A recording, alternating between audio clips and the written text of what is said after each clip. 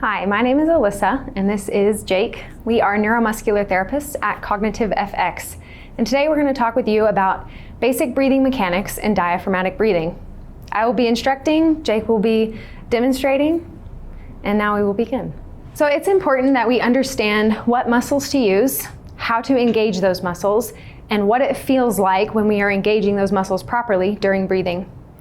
Some people following head injury begin to experience changes in their breathing pattern without even realizing it, and that leads to a couple of pretty bad symptoms like dizziness, lightheadedness. If we're not using our proper muscles, we're only getting about a third of the amount of oxygen that we could typically be getting in every breath, which has big implications for healing, as well as, like I said, those symptoms like dizziness and lightheadedness. Okay. If we're not breathing properly, we also tend to breathe from our upper chest and have short, shallow breaths. When that happens, we are increasing tension through our neck muscles and our upper chest, and that leads to excess strain that is unnecessary for those muscles.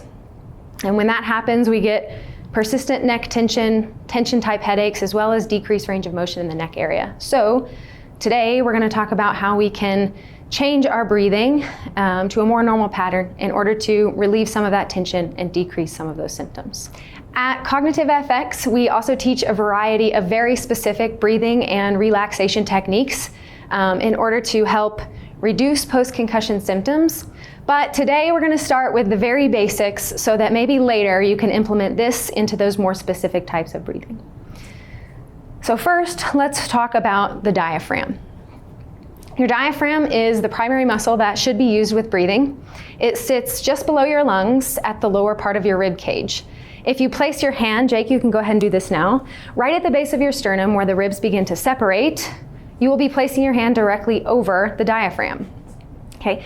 If we're engaging this muscle properly, this is where most of the movement should be occurring during your breath. Okay. And when you breathe in, your hand should move up or out, and then when you exhale, it should go back down. So do that a couple times with me. Very good, Jake.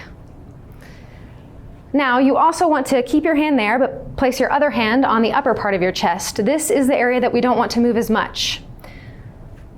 So like I said earlier, when we have changes in our breathing pattern, we tend to raise our shoulders and our upper chest, placing all that unnecessary strain. If we change and breathe from the muscle that's meant to be breathing, then we place less strain on the upper chest and the neck musculature, and we're focusing more on the lower part of the rib cage breathing.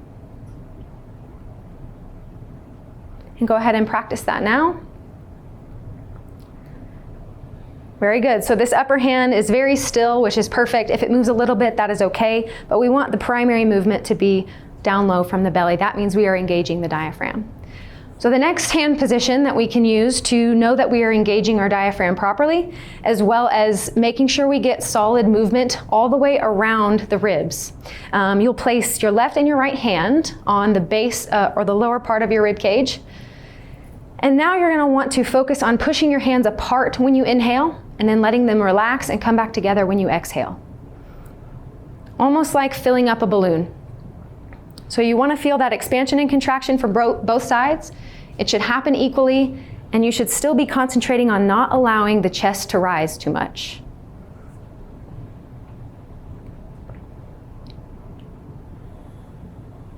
Very good. As you can see, both of Jake's hands are moving apart on his inhale, relaxing and coming back together on the exhale, and his chest is staying relatively still.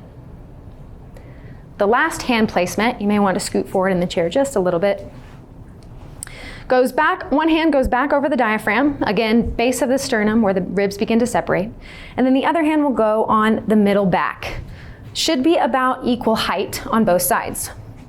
This time you're going to focus on pushing the hands apart from front to back. So like I said earlier, we want movement all the way around the rib cage. So we're focusing on now the expansion from the front and from the back. Your back hand will not move as much as the front hand, and that is okay, that's normal. But you do want to feel some movement from the back side.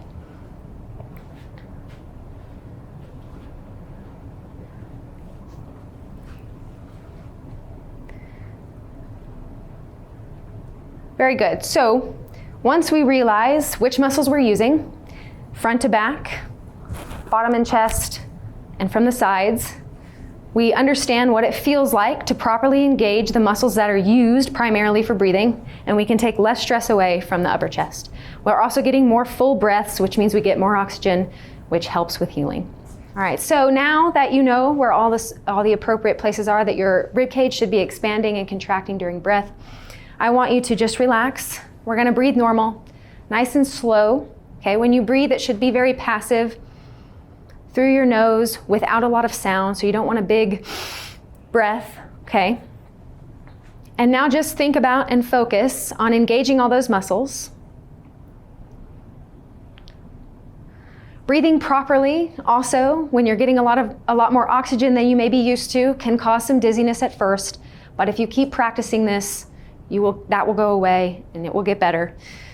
So that being said, when you first begin to practice this, you may want to lie down flat on your back, practice this breathing, or sit in a chair like Jake is with some arms and good support, and make sure you're very grounded. In case you do get dizzy, don't want you to fall over. Oftentimes, it can be pretty difficult to find the diaphragm while you're sitting just because you're engaging a lot of other muscles and you can't really get your diaphragm to relax. So if you're finding it difficult, the first way we practiced, you can lie down on your back just like this.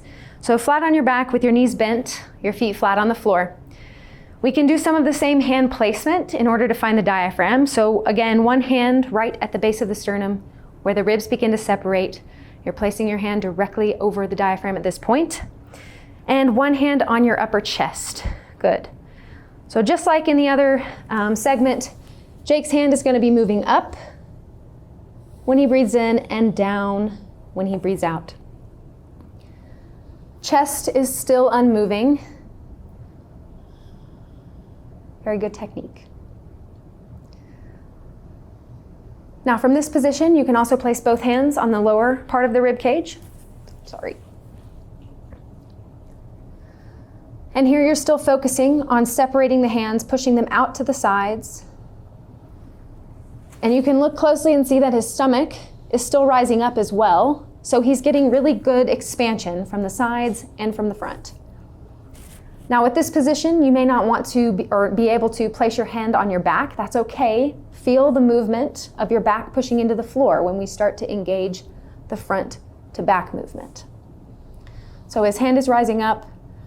He should be feeling his back pushing into the floor. It may be very subtle. Again, that's okay. This may also help with dizziness. So if you experience dizziness while you're seated, you may want to lie down.